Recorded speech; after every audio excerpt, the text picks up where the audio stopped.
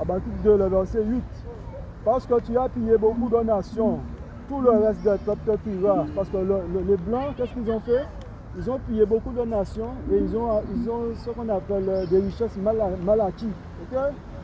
Tout le reste des peuples te pillera. Quand tu as répandu le sang des hommes, effectivement, les Blancs, qu'est-ce qu'ils ont fait? Ils ont tué, ils ont pillé. Okay? Mais ça a toujours été. Regarde, tu as commis des violences dans le pays comme contre la ville et tous ses habitants. Lorsqu'on prend le verset 13, voici quand l'Éternel des armées l'a résolu, les peuples travaillent pour le feu. Cela veut dire que lorsque par exemple tu vois que les nations progressent, mais en fin de compte tout ça, c'est le feu pour eux, hein, mon frère. Le seul peuple. La Bible, ce n'est pas un livre de... La Bible, c'est un livre de guerre. Hein. Il y a encore de la guerre dans la Bible. Surtout le niveau, l'Ancien Testament. Surtout dans l'Ancien Testament. Dans l'Ancien Testament, il y a le passage du malin. Le malin, là, vraiment, dans l'Ancien Testament. Après, c'est le niveau. Mais sinon, c'est un livre de guerre. Hein. C'est plus que l'Odyssée. Lorsque tu dis que c'est un livre de guerre, mon frère, tu dois être aussi un guerrier pour Dieu. Je t'explique. Cela veut dire déjà même, je t'ai fait allusion à ta barbe. Tu dois laisser pousser ta barbe. J'ai pas de... Okay? Génétiquement parlant, j'ai pas de barbe. Ok. Regarde, Abdias 1er, tu as dit, prophétie sur la rune des dômes. C'est qui là? C'est comment tu l'as dit? C'est pas à Rome, Bible. C'est pas une que je vois ça. Abdias, Abacus. Ah ben, laisse-moi te dire. Écoute-moi bien ça. C'est pas une Bible classique, hein, ça. Écoute bien ce que je vais te dire. Depuis quand je suis enfant, le mot Abdias est dans la Bible. Ça prouve, et pas seulement toi, hein, ça non, c'est pas dans ma Bible, j'ai une Bible, il n'y a pas ça. Ouais, regarde dans ta Bible, mon frère, écoute-moi bien ce que je veux te dire. Si tu n'as pas ça, c'est pas la Bible. Dans toutes les Bibles, il y a Abdias. Abdias, il n'y a pas beaucoup de... En plus, Abdias, je crois, c'est... C'est un tout petit livre. C'est un tout petit livre. C'est comme... un tout petit livre. Comme...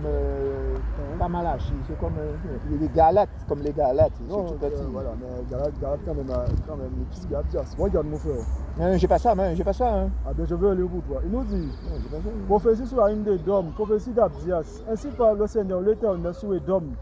Nous avons appris une nouvelle de la part de l'Éternel et un messager a été envoyé parmi les nations.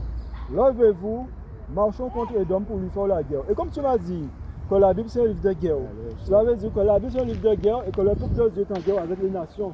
Cela veut dire que si on a un président qui est blanc, si ça fait depuis longtemps que je suis né en Guadeloupe et que mon peuple ne progresse pas et que mon peuple ne peut même pas devenir riche, c'est que nous sommes en guerre. Cela veut dire que l'homme noir ne peut pas avoir une entreprise pour fructifier. On a qu'à regarder à Bastia, il y a des magasins, après Tapit aussi, mais les propriétaires sont des Libanais, des Syriens, et les Chinois qui sont venus là. Il ne faut pas trop les accuser parce que ces gens-là, ils investissent. Parce que nous, on attend de se prendre de l'argent, c'est acheter une grosse voiture, une grosse maison, piscine et tout ça, on n'investit pas. Et là, je vais te répondre. Tu sais pourquoi? Tu sais pourquoi tu parles? Ces gens-là, ils investissent. Tu sais pourquoi tu parles comme ça, mon frère? C'est pas ça, tout simplement. Je ne suis pas avec eux, mais ils investissent. Ils prennent des gens, ils ont de l'argent, ils achètent une grosse voiture, mais c'est leur argent, quand je peux dire. Écoute, l'esclavage enrichit les Arabes.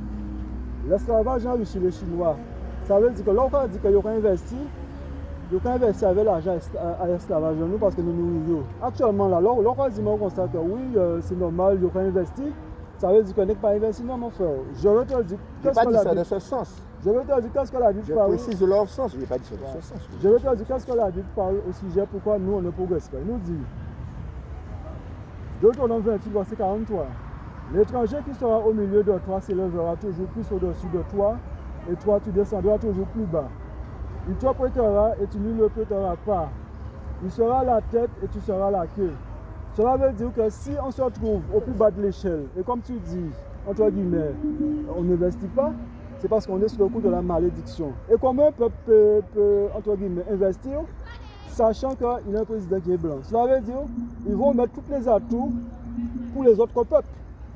Mais le peuple que Dieu a choisi, par exemple nous, ce n'est pas une question qu'on n'investit pas, hein, c'est qu'on est sur le coup de la malédiction. Et même si tu es une personne qui investit, tu ne peux pas investir en tant qu'en ayant un président qui est blanc. Parce que c'est eux qui gèrent toutes les assurances, mon frère. Okay? Maintenant, il n'y a plus de choix. Dieu n'a pas choisi un peuple. Avant, il y avait un peuple élu avant, mais c'est fini, ça fait longtemps, c'est fini. Parce que Dieu a vu qu'il y avait d'autres nations qui l'adoraient. Dis-moi quelle heure c'est? Et Non, je ne sais pas, moi, je ne sais pas. D'accord. Lorsqu'on ne sait pas, mon frère, Non, mais enfin, pas je dire fais des une choses. synthèse. Non, je fais une synthèse. Non, au départ, c'était comme tu dis, les Israélites, les Juifs, qu'on peut leur donner comme non, c'était le peuple élu. Ils ont désobéi à Dieu. Mais après, Dieu a remarqué qu'il y avait d'autres nations qui l'adoraient. Et puis, il a fait avec. Hein. Regarde. Il a fait avec. Hein.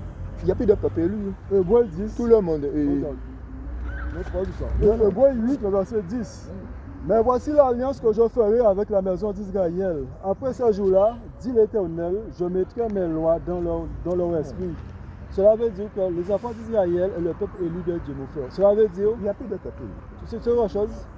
Lorsque tu vas, par exemple... Pour moi, il n'y a plus de peuple élu. Lorsque tu veux passer, par exemple, ton permis de conduire, si tu n'as jamais été, entre guillemets, dans une salle d'auto-école, tu ne pourras pas rouler une voiture.